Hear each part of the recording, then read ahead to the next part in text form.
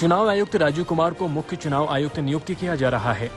राजीव कुमार 15 मई 2022 से मुख्य चुनाव आयुक्त का कार्यभार संभालेंगे। 14 मई 2022 को सुशील चंद्रा का कार्यकाल पूरा हो जाएगा। विधि मंत्रालय ने अधिसूचना जारी कर राजीव को मुख्य चुनाव आयुक्त बनाए जाने की घोषणा की।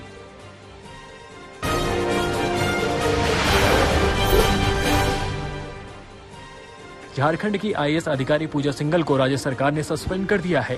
प्रवर्तन निदेशालय ने बुधवार को उन्हें गिरफ्तार कर लिया है। उन्हें मनी लॉन्ड्रिंग के आरोप में गिरफ्तार किया गया है। उनके पति को भी गिरफ्तार कर लिया गया है। पूजा झारखंड में माइनिंग सचिव थी।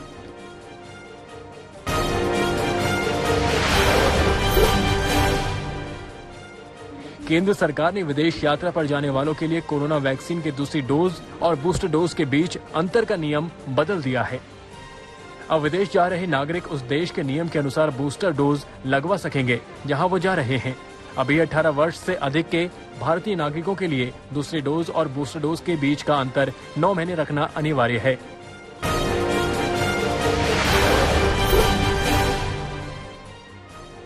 आम आदमी को अप्रैल में महंगाई के मोर्चे पर झटका लगा है। खाने पीने के सामान से लेकर तेल के दाम बढ़ने से महंगाई 8 साल के पीक पर पहुंच गई है। वहीं सहकारी आंकड़ों के मुताबिक कंज्यूमर प्राइस इंडेक्स आधारित रिटेल महंगाई दर अप्रैल में बढ़कर 7.79% हो गई है। मई 2014 में महंगाई 8.32% थी। यह लगातार चौथा महीना है जब महंगाई दर आरबीआई की 6% की ऊपरी लिमिट के पार रही है।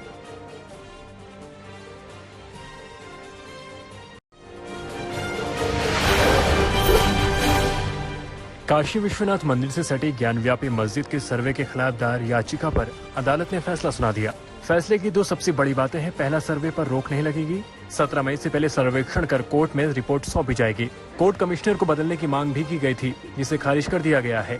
हालांकि 2 अन्य कोर्ट कमिश्नर भी जोड़ दिए गए हैं। कोर्ट ने बेहद सख्त लहजे में जिला प्रशासन को आदेश देते हुए कहा कि कोई भी बहाना नहीं चलेगा। अगर कहीं ताला बंद है तो उसे खुलवाया जाए, तोड़वाया जाए, लेकिन परिसर के हर स्थान का सर्वे होगा।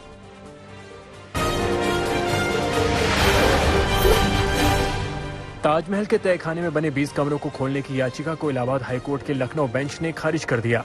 ताजमहल विवाद को लेकर हाईकोर्ट ने सख्त रुख अपनाया है। सुनवाई के दौरान कोर्ट ने याचिकाकर्ता को जमकर फटकार लगाई। जस्टिस डी के उपाध्याय ने कहा कि याचिकाकर्ता पीआईएल व्यवस्था का दुरुपयोग न करे, पहले यूनिवर्सिटी जाए, पीएचडी करे, तब कोर्ट आए। कोर्ट ने कहा कि अगर कोई रिसर्च करने से रोके तो हमारे पास आना।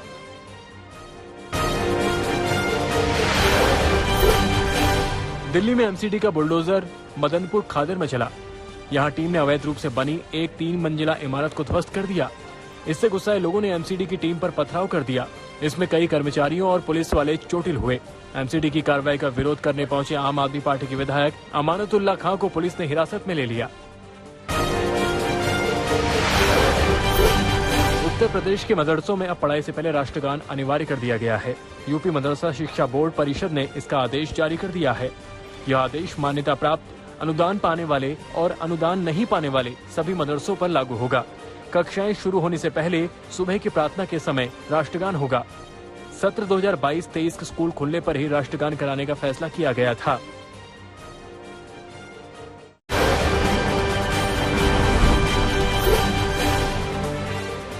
जम्मू कश्मीर के बडगाम में आतंकियों ने चडूरा तहसीलदार ऑफिस के क्लर्क राहुल भट्ट को ऑफिस में घुसकर गोली मार दी। मौके पर मौजूद लोगों ने उन्हें अस्पताल में भर्ती कराया। इलाज के दौरान उनकी मौत हो गई। राहुल कश्मीरी पंडित थे। राहुल को गोली मारने के बाद आतंकी मौके से फरार हो गए।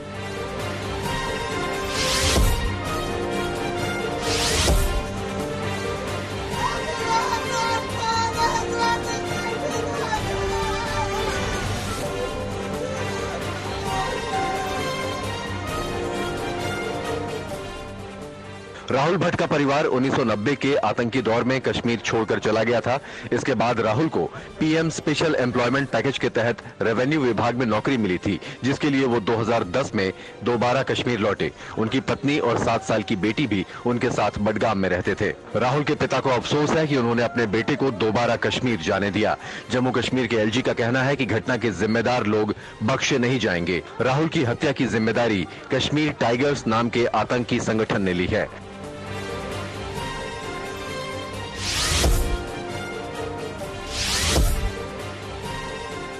छत्तीसगढ़ की राजधानी रायपुर में गुरुवार रात हेलीकॉप्टर क्रैश हो गया।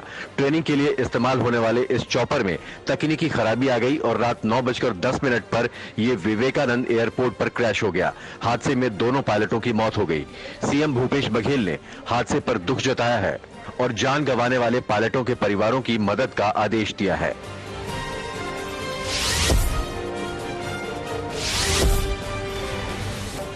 आज से राजस्थान के उदयपुर में कांग्रेस का 3 दिन का चिंतन शिविर शुरू हो रहा है। इसमें 400 से ज्यादा नेता शामिल हो रहे हैं। कल दिल्ली के सराय रोहिल्ला स्टेशन से राहुल गांधी भी ट्रेन के जरिए उदयपुर के लिए रवाना हुए। रास्ते के कई स्टेशनों में कांग्रेस कार्यकर्ताओं ने राहुल का जोरदार स्वागत किया।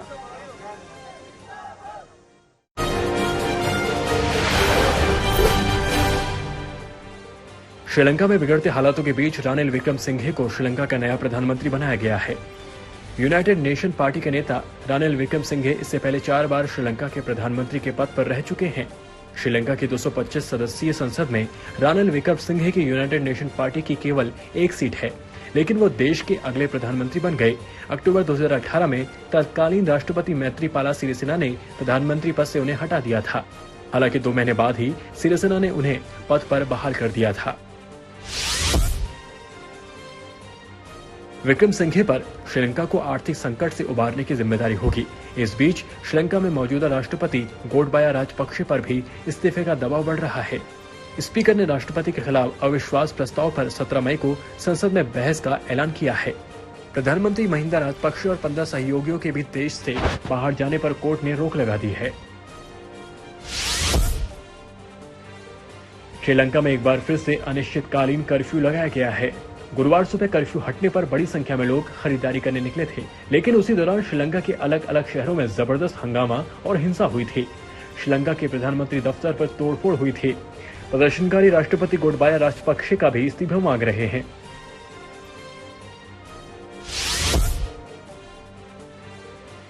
रूस ने फिनलैंड को चेतावनी देते हुए कहा है कि नाटो में शामिल होने से यूरोप की सुरक्षा नहीं बढ़ेगी। इससे पहले फिनलैंड के प्रधानमंत्री और राष्ट्रपति ने नाटो में जल्द से जल्द शामिल होने की बात कही थी। उन्होंने कहा था कि बिना किसी देरी के फिनलैंड नाटो में शामिल हो। फिनलैंड के विदेश मंत्री ने भी सुरक्षा के लिए इसे जरूरी बताया था। जर्मनी के दौरे पर गए यूक्रेन के विदेश मंत्री ने बड़ा बयान देते हुए कहा कि यूक्रेन सिर्फ यूरोपीय यूनियन की पूर्ण सदस्यता ही स्वीकार करेगा। जर्मनी के दौरे पर गए यूक्रेन के विदेश मंत्री से ठीक पहले जेलेंस्की और जर्मनी के चांसलर शोल्ज के बीच बातचीत हुई थी। इस बातचीत में रूस पर नए प्रतिबंध लगाने पर चर्चा हुई थी।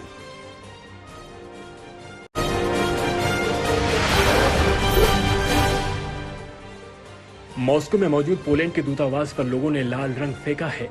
हाल ही में पोलैंड की राजधानी वॉरिस में रूसी राजदूत पर भी लाल रंग फेंका गया था। आपको बता दें कि लाल रंग फेंकने की घटना इसलिए हो रही है क्योंकि लोग यूक्रेन पर रूसी हमले का विरोध कर रहे हैं।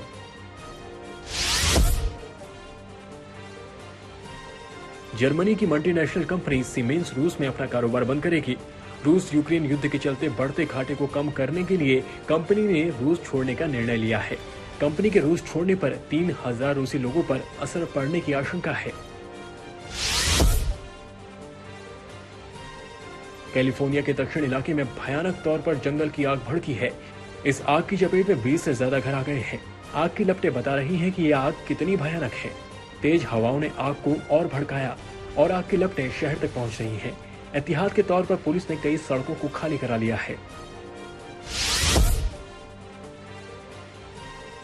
कतर के राष्ट्र प्रमुख अमीर शेख तमीम बिन हमाद अल थानी ईरान पहुंचे।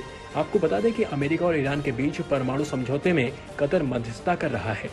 परमाणु समझौते पर बातचीत को बढ़ाने के मकसद से ही कतर के राष्ट्र प्रमुख ईरान पहुंचे हैं। उत्तर कोरिया में कोरोना का पहला मामला आने के बाद किम जोंग उन ने पूरे देश में लॉकडाउन का ऐलान किया। राजधानी प्योंगयांग में जांच के बाद पहले ओमिक्रॉन वेरिएंट के केस की पुष्टि हुई थी।